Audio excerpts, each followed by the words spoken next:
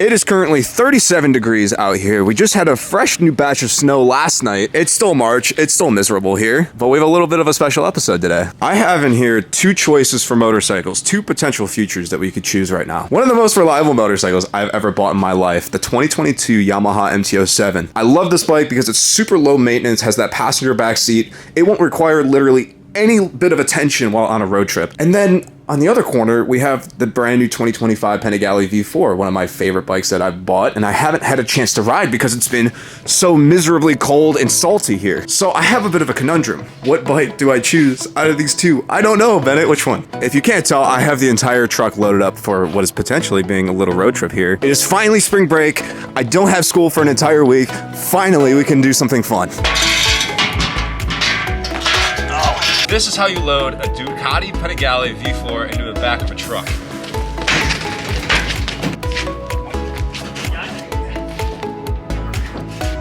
Whoa!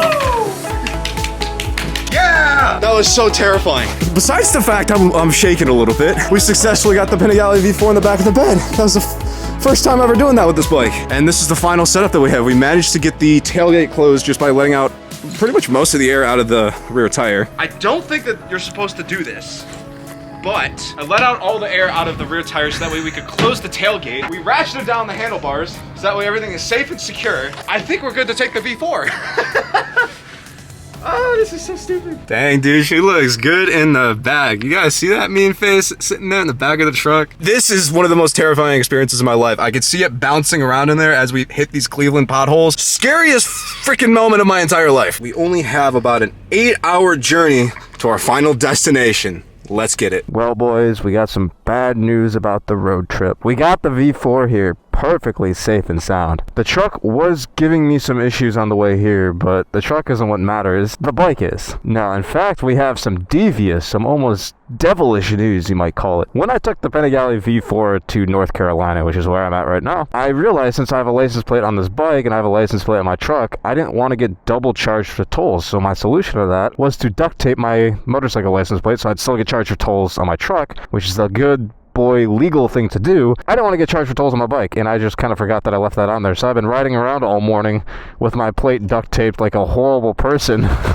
Whoops. Luckily, I didn't run into any highway patrol out here. If you didn't know, North Carolina has Hellcats and Hemis as highway state patrol. They have almost 1,000 horsepower police cars. It's legitimately insane. And so I figured right now would be a good time to compare how this bike would do against a 1,000 horsepower vehicle. Now, acceleration wise, I actually might be able to hang with them. The problem is if you're trying to run from the cops, hanging with somebody is not really a crude, that's a very crude definition. If you're going to be running from the cops, bro, you don't want to just be able to hang with somebody.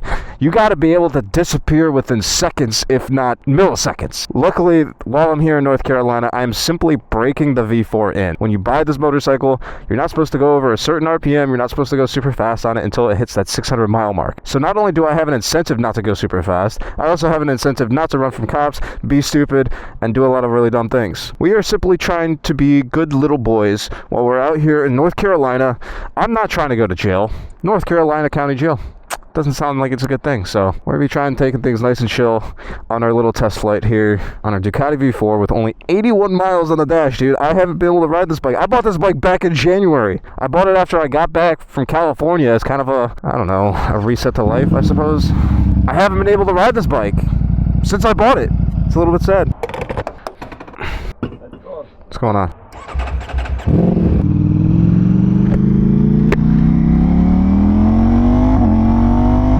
Alright, well now my plate is showing, so now I actually have to obey laws. That sucks. I ran into this little Mustang, he was revving at me. I can't tell if it's a V6 or a V8. He was, sorry. And I don't know, a V4 versus a V8, I don't think it's gonna go the V8's way. He's got double the cylinders. I have a feeling I'm a lot faster than them. I just have the slight inclination I might be a tad bit faster than this man. He with double the cylinders and probably 6 times the engine size. I'm not trying to be egotistical, it's just when you're riding a 1000cc bike, after a long period of not riding 1000cc bikes, you tend to get a little bit full of yourself. These trees are beautiful, but I'm pretty sure these are the trees that kind of smell like garbage in the spring.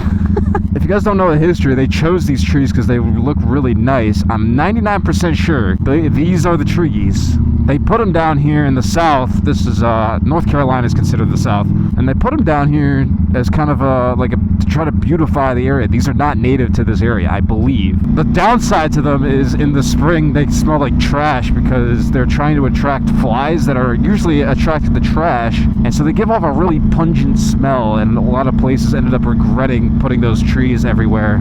As you can tell, they're quite popular in this area. Little biology lesson for you there. That's my environmental science area coming out. Chipotle! They don't really have motorcycle parking here. That sucks. Oh, there's a cop over there. We got the V4 to Chipotle. I thought that was the cop coming over here, that little Toyota. God damn it, my heart. My heart can't take it, bro. I don't want to deal with the cops this season this early. Come on. Let's just go eat. I'm starving. The cop's just chilling over there. That's just great.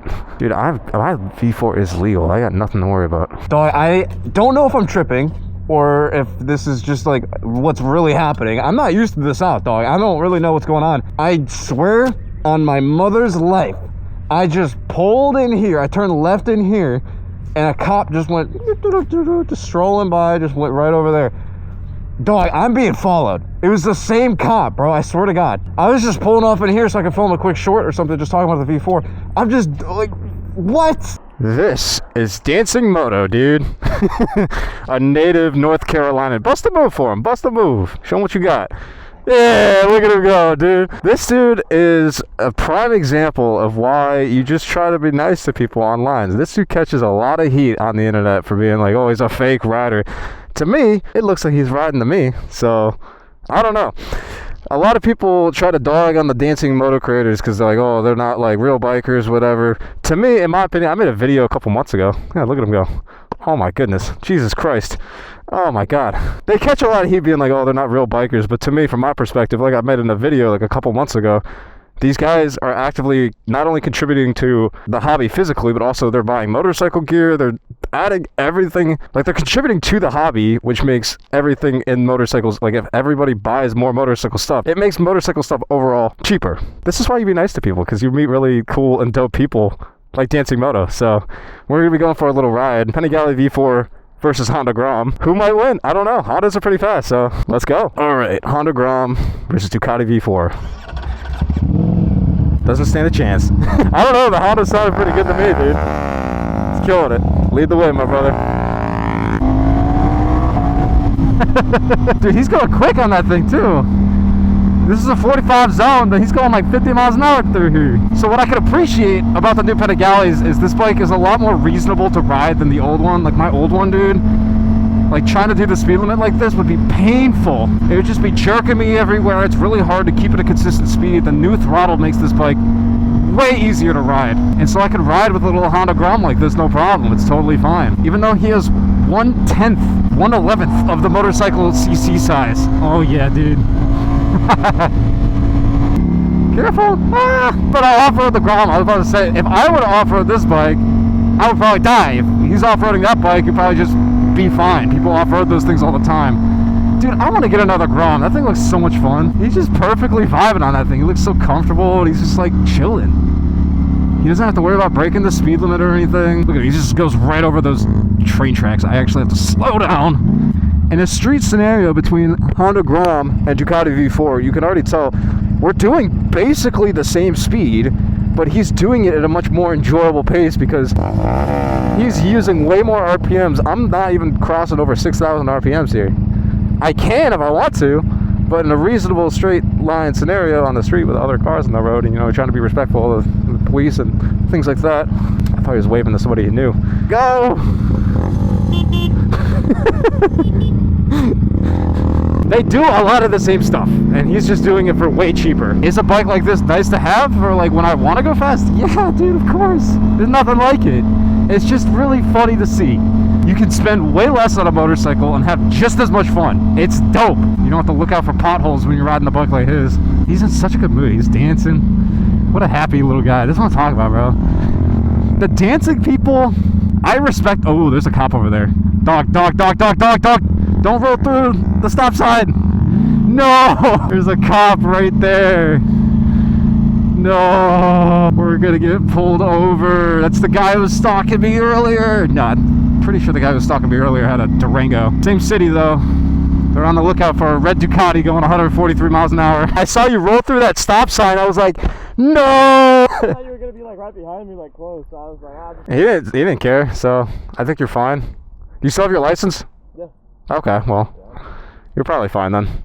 Well, have fun at the gym, my bro. I'm gonna go ride around and explore the area. This is what I've been trying to talk about the dancing guys, bro. Like, they are happy individuals. Being around this kid, I call him a kid. He's a couple years younger than me, but he's a happy dude. He's just a good energy to be around. I want to be more like that. It sucks being so freaking miserable all the time, bro. It's exhausting. It's tiring. Being up in Ohio throughout the entire winter, crashing at the end of the year sucks, because I just wallowed and ruminated in that crash mentality, and especially in the winter when I can't go out and ride more. It sucks. I don't want to deal with that. And so being able to come out here and be around this dude and like being happy and dancing, I might even dance in a video, bro. I'm heavily debating it. I might go dance in this dude's videos. To be honest with you, it'd probably be a good thing for my mental health. Going out there and, you know, hitting a little dance, you know, going back and forth. That seems like fun. And I'm tired of people pretending like it's not. Let people be happy, let people enjoy themselves, and quit being a party pooper. Quit being this, like, bad energy in the world. Don't let these dancing guys, like, look, the dude has a nice bike. He bought a nice motorcycle. Like, he has a nice Honda Grom. He's buying motorcycle gear. He could probably, you know, wear a little bit more gear. He's gonna buy tires for this thing eventually. It looks like it's gonna need tires pretty soon. Gonna buy a chain lube, all that stuff. He's contributing to the hobby. It's a good thing for the motorcycle community. Let people live, bro. That's all I'm gonna say. Now, let's go get lost on this thing. Where you guys riding to? Where are you guys riding to? I'm gonna go to South Carolina. I'm from out of state, so I thought you guys would know a fun road. What's up? Where you from? Ohio. So nice to hear, huh?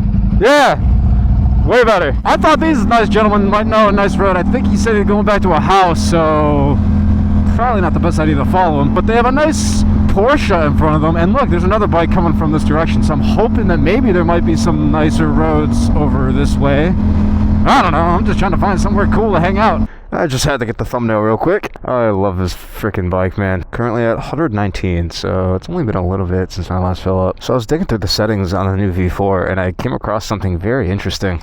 I forgot this bike comes with a pit lane limiter like my old S1000 RR. Ducati kind of like learned from the Germans a little bit, kind of because they're bought by a German company now. They're owned by the Volkswagen Group that opposes the BMW area. They added a pit lane limiter. So I set it to like 25 miles an hour, so we're gonna see if this hurts me or not. Oh yeah, dude, that's great for school zones. Look at that, full throttle. It just holds me at 25 miles an hour. That's awesome. I like that a lot.